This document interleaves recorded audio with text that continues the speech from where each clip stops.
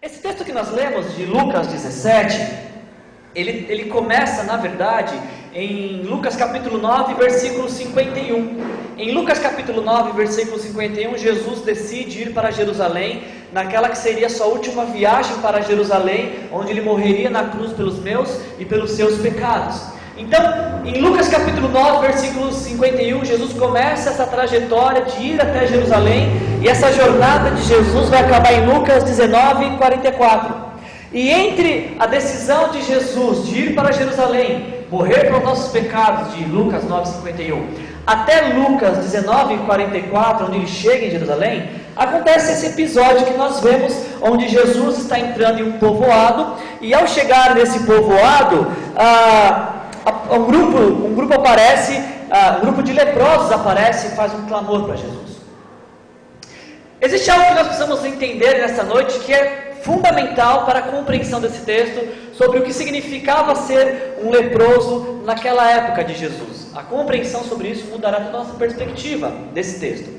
Em primeiro lugar, a lei judaica ela determinava que os leprosos precisavam viver em uma cidade isolada. Se porventura você desenvolvesse lepra ou qualquer doença de pele contagiosa, você precisaria morar na cidade dos doentes. Você precisava se retirar, sair da sociedade em que você vivia e se retirar. Essa era a lei judaica. A lei judaica também dizia que um leproso precisava ficar a uma distância de no mínimo 100 passos de qualquer pessoa, para justamente não contagiar essa pessoa com a lepra. E ainda a lei judaica dizia que quando um leproso fosse curado, quando a lepra desaparecesse do seu corpo, e se desaparecesse, então ele deveria comparecer diante do sacerdote do templo, e o sacerdote olharia como um fiscal da saúde, olharia para ele e diria: você está liberado, você pode ser reinserido na sociedade.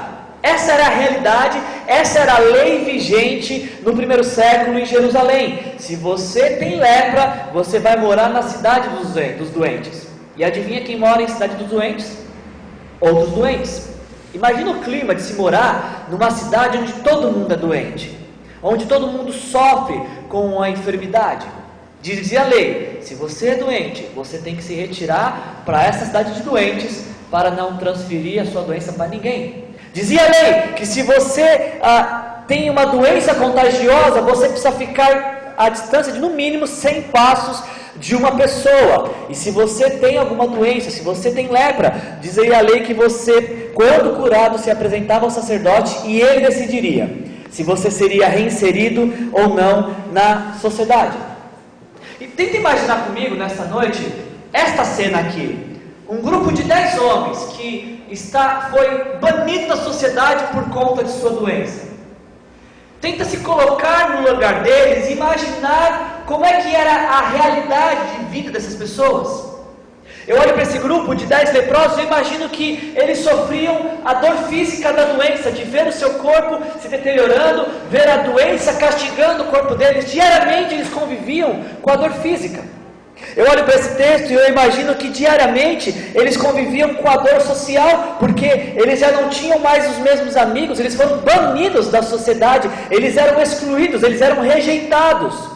E se não bastasse conviver com a dor física e a dor social, ainda tinha a dor espiritual, porque a compreensão do primeiro século é: se você tem alguma doença, é porque Deus te castigou, Deus se esqueceu de você.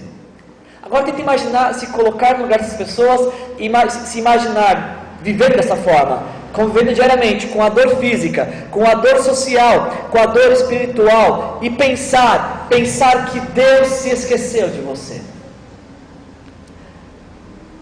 A hora que eu estava preparando a mensagem essa semana, eu li esse texto e com esse pano de fundo que eu tinha, eu fiquei pensando: Deus, quantas pessoas hoje em dia ainda não vivem assim? Foi algo que aconteceu no primeiro século, mas quantas pessoas ainda hoje não vivem dessa forma? Quantas pessoas que eu e você talvez conhecemos que convivem com o sofrimento quase que diariamente? Quantas pessoas que eu e você conhecemos que também são excluídos, são abandonados, que vivem sem amigos, vivem sós? Talvez eu e você, nós conhecemos alguém também que sofre uma dor espiritual e que olha para as circunstâncias da sua vida e pensa, Deus também me abandonou, Deus também está me castigando. E para a gente ser mais objetivo nessa noite ainda, ao preparar essa mensagem, eu fiquei pensando quantos de nós não somos assim, ou não nos encontramos assim neste momento. Quantos de nós não tivemos um 2013 sofrível? Quantos de nós não tivemos que conviver com a dor em 2013? Quantos de nós não nos sentimos abandonados, esquecidos, traídos, caluniados? Será que existe alguém entre nós nessa noite que também, em algum momento de 2013, pensou, Deus se esqueceu de mim? Mas aí quando eu estava pensando nisso, de que pode ser que alguém que nos ouve nessa noite, de alguma maneira se identifica com esses homens e também viveu um 2013 sofrível. O que é muito interessante nesse texto é que o sofrimento, ele teve um dia para começar, que foi o dia que esses homens contraíram a doença, mas o sofrimento teve um dia para acabar, que foi o dia que eles encontraram com Jesus Cristo.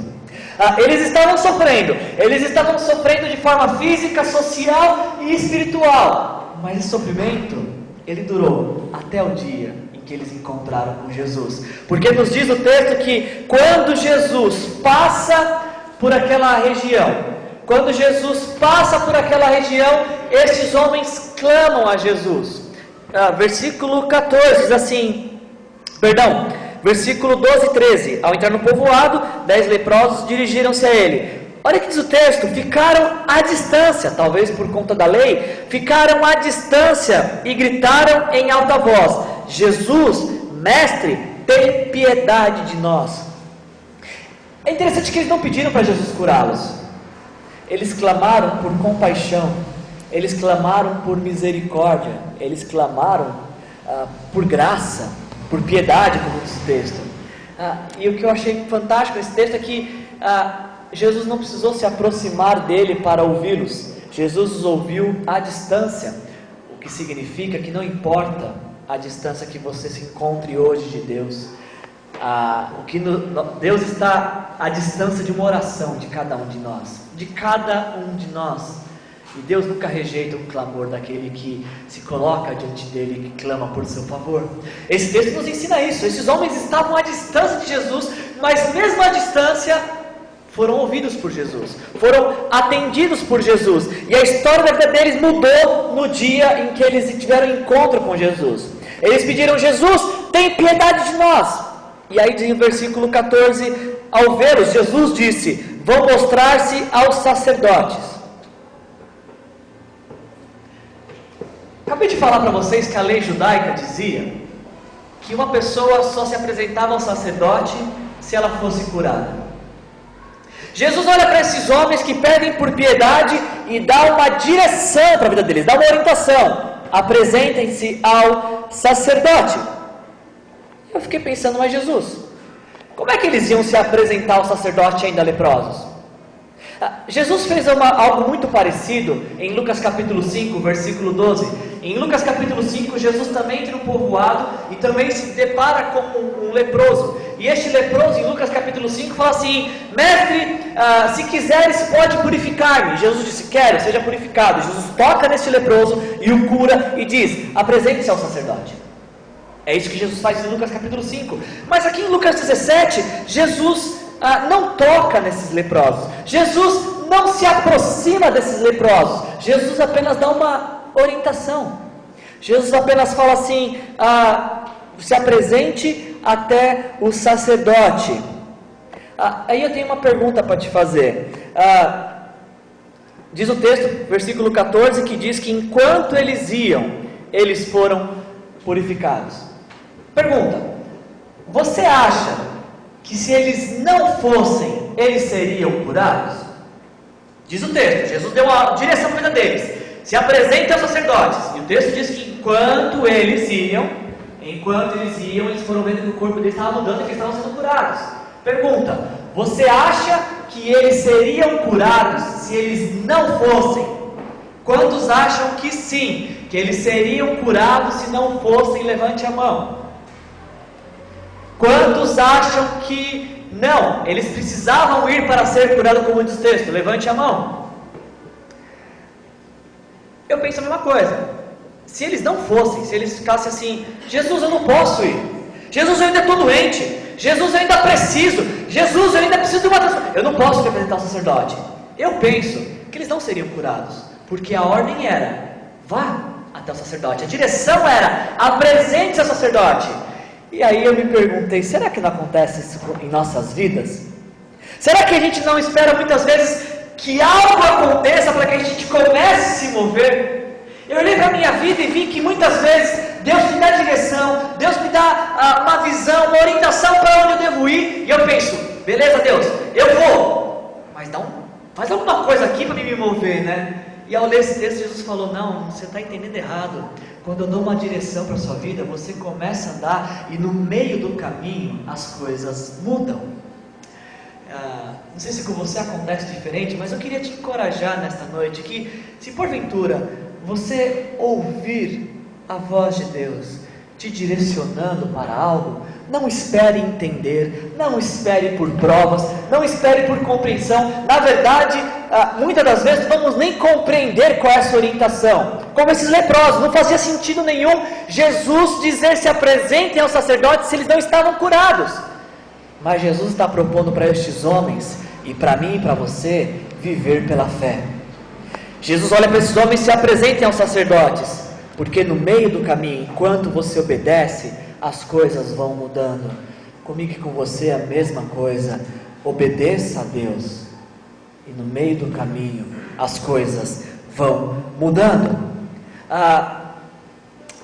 Só que esses homens se moveram, eles agiram dessa forma, e eu fiquei pensando: mas por que a gente não consegue fazer da mesma forma? Por que a gente sempre está esperando, ou muitas das vezes espera acontecer algo para se mover, ao invés de se mover e esperar que aconteça no meio do caminho? Eu encontrei uma resposta que está ligada a um teste de visão que eu quero fazer com vocês nessa noite. Não sei se vocês já foram no oculista para virar o ano com a visão boa. Se não, vocês podem fazer tampão no olho para fazer o teste de visão, tá? Eu vou projetar algo aqui e eu quero saber como é que está a visão de vocês. Vocês estão enxergando bem? Quem usa óculos pode colocar, quem quer fazer um teste pode tirar o óculos. Mas me diga como é que está a sua visão essa noite. O que é que vocês veem aqui? O que é que vocês veem projetado aqui? O quê? A palavra necessidade. O que vocês estão vendo aqui? Vocês estão ruim da visão, vocês não estão enxergando. Todos estão de bom consentimento que se enxerga aqui a palavra necessidade. Luiz, você que está no fundo, está enxergando o quê? Você que é o último aí. Não, o último é a Silvana. Silvana, você está de óculos aí. O que você está enxergando aí, Silvana? Palavra necessidade. Todos estão enxergando isso, necessidade? Acontece a mesma coisa em nossas vidas, sabia?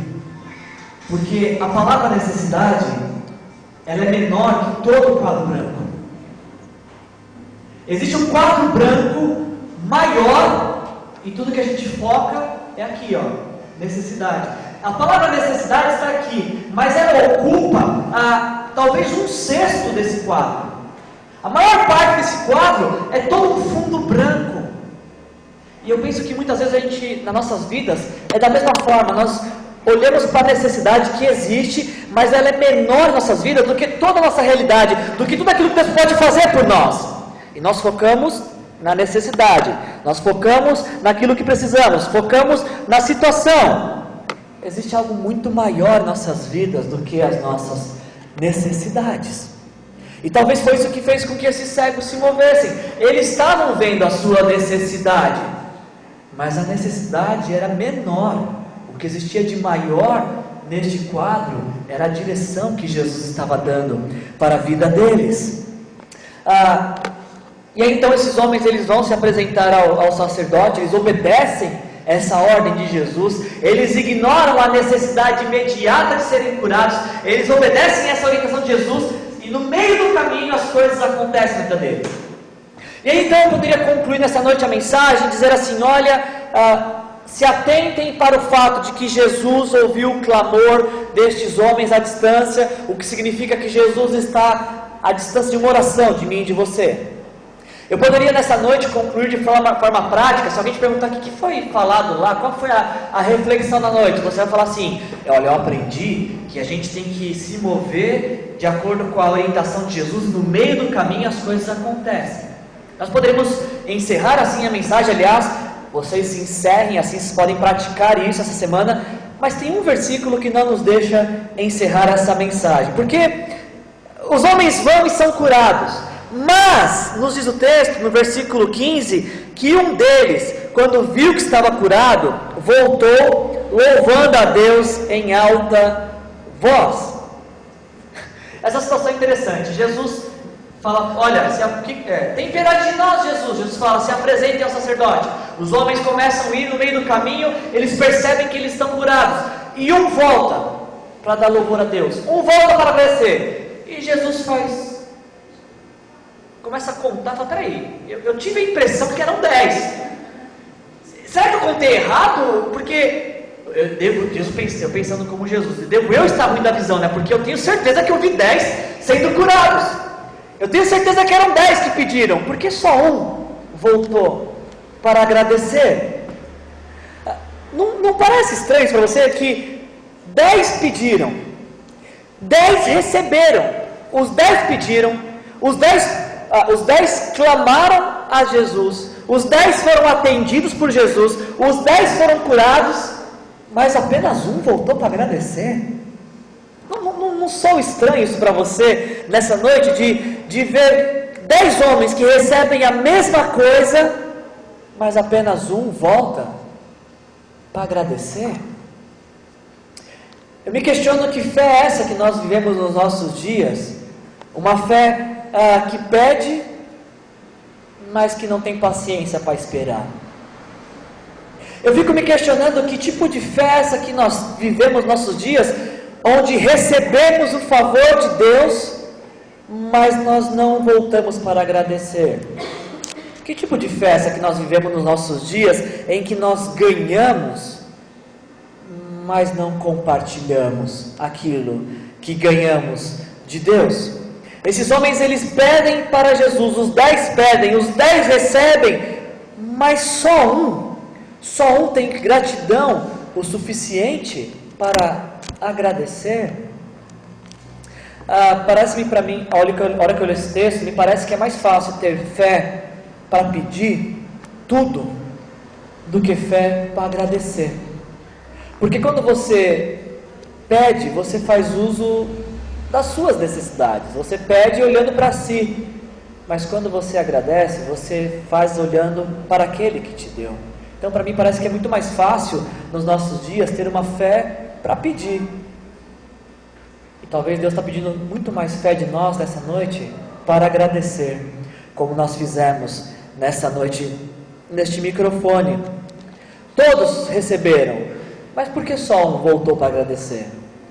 Todos receberam naquele ano, mas por que somente um tinha motivo suficiente de gratidão para voltar a agradecer? A resposta que eu encontrei para isso, ela está em Lucas capítulo 11, versículo 34. Abra lá comigo, por favor. E com esse texto nós encerramos a mensagem. Por que 10 receberam, mas só um voltou? A impressão que eu tenho se encontra em Lucas capítulo 11, versículo 34. Pastor, por que 10 receberam, 10 pediram, 10 receberam e só um voltou para agradecer? Lucas 11, 34. Palavras de Jesus que diz assim: os olhos são a candeia do corpo. Quando os seus olhos forem bons, igualmente todo o seu corpo estará cheio de luz. Mas quando forem maus, igualmente o seu corpo estará cheio de trevas. Por que 10 receberam, mas só um voltou para agradecer? Muito simples. Porque os 9 que não voltaram, por mais que tinham sido curados, ainda se viam como leprosos.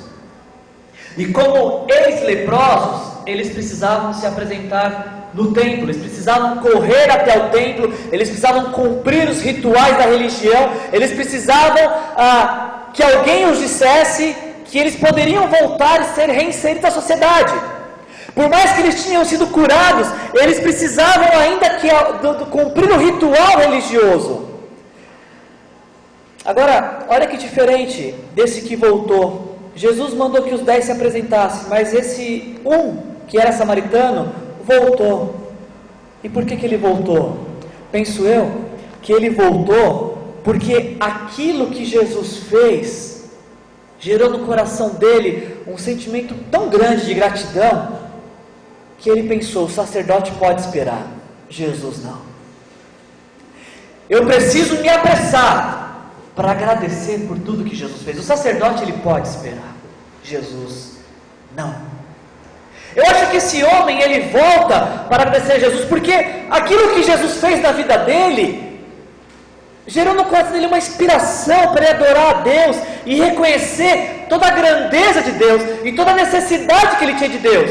O sacerdote, ele precisaria se apresentar ao sacerdote, mas o sacerdote podia esperar, Jesus não, porque Jesus merecia receber aquela gratidão, aquela adoração naquele momento, por aquilo que ele fez. Por que 10 foram curados e apenas um voltou? Bom, eu acho que esse que voltou, ele olhou para si e viu: eu já não sou mais um leproso, eu já não sou mais o que sofre, porque eu tive um encontro com Jesus e Ele transformou a minha vida. Eu preciso agradecer, eu preciso adorar, eu preciso reconhecer tudo aquilo que esse Jesus fez na minha vida. O sacerdote pode esperar, o ritual religioso pode esperar, Jesus não. Eu preciso agradecê-lo agora, já, por tudo que Ele é e por tudo que Ele fez na minha vida. O que nos levaria a nos perguntar e a perguntar a cada um de nós: como é que você se vê neste exato momento? Quando você olha para si, o que é que você enxerga? O que é que você vê? Como você se vê? Será que você nesta noite se vê ainda como alguém que sofre, carente, necessitado? Será que você nesta noite se vê alguém que precisa dos rituais religiosos para ter algum valor? Ou será que você sente a necessidade de ser inserido na sociedade para aí sim ter seu valor atribuído? Ou será que nessa noite você se sente como esse homem: eu era leproso até conhecer Jesus, porque agora que eu conheço Jesus eu sou uma outra pessoa? Será que nessa noite você talvez sinta uma profunda dívida de gratidão? Você olha para si e vê tudo que Jesus fez por você e você fala: eu quero agradecer a esse Jesus em 2013 por tudo que Ele fez. Será que nessa noite você olha para si e você se vê como um pecador que precisa de um Salvador, alguém que também escute as suas orações, o seu clamor e venha intervir na sua vida? Será que nessa noite você poderia agradecer a Deus por tudo aquilo que Ele fez na sua vida neste ano? Será que nessa hora você se vê como alguém grato por tudo aquilo que Deus fez, por tudo aquilo que Deus é?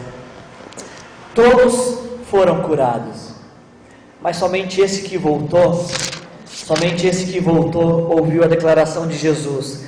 Versículo 19 de Lucas 17: levante-se e vá, a sua fé o salvou. Todos foram curados, todos provaram do milagre de Deus, mas só um experimentou de salvação. Só um experimentou e ouviu de Jesus que a sua fé te salvou, porque você teve disposição para voltar e agradecer por tudo aquilo que Deus fez na sua vida. Eu não sei o que 2014 nos reserva, eu não faço a mínima ideia.